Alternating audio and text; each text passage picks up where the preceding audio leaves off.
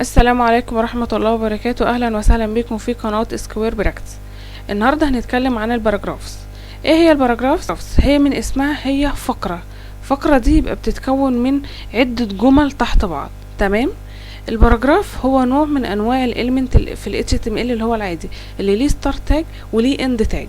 تمام، زي الهيدنج اللي احنا اتكلمنا عليهم الفيديو اللي فات. تمام. اوكي.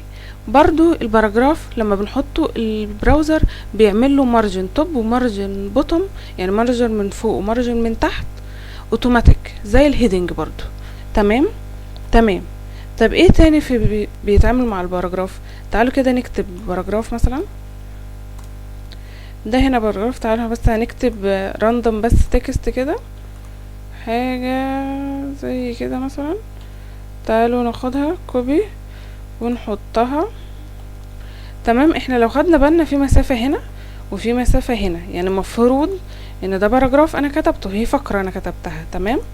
لما يجي يتعرض لي على البراوزر ان هو هنا بقى في مسافة وهينزل لي سطر، يعني انا في الاخر هشوف ايه؟ هشوف 3 سطور. تمام. يبقى احنا المفروض هنا هشوف 3 سطور. هنسيف ونروح نعمل ريفرش. ما لقيتش 3 سطور، انا لقيته سطر واحد. ليه؟ علشان البراوزر لما بتكتب له باراجرافز هو بيشيل اي مسافات او اي سطور، يعني اي سطر جديد هو بيشيلها. ليه؟ علشان في تاجز تانية احنا بنستخدمها علشان تعمل لنا الوظائف دي. تمام. هنتكلم عليها في الفيديو برضو. تمام. يبقى هو ده الباراجرافز، هو فقرة معينة احنا بنكتبها والبراوزر بيعمل لنا مارجن توب ومارجن بوتوم، يعني لو خدنا بالنا في مسافة هي فوق وفي هنا مسافة تحت. تمام.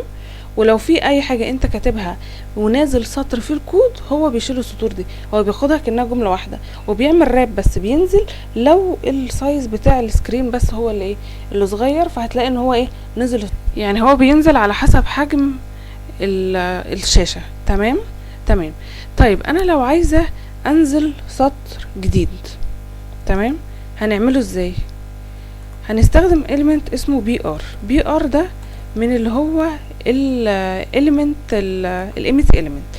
تمام. اللي هو مش محتاجين في end tag زي اللي احنا اتكلمنا عليهم قبل كده. تعالوا نسيف. ده المفروض كده هتلاقيه نزل لي ايه 3 سطور. هنعمل ريفرش اهو كده انا ظهر لي زي ما انا عايزاه. ليه؟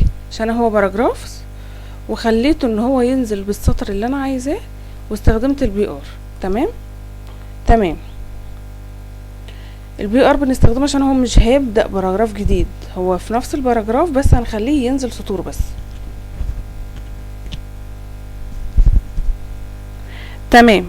طب لو عايزة افصل ما بين دولت بخط هتعمل ازاي؟ هنستخدم برضو تاج تاني اسمه اللي هو برضو يصنف من الامتي تاج او الامتي element سوري الاتش ار.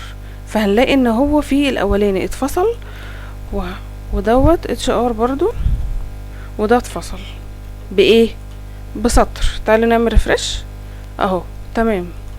اتفصل بسطر. تمام.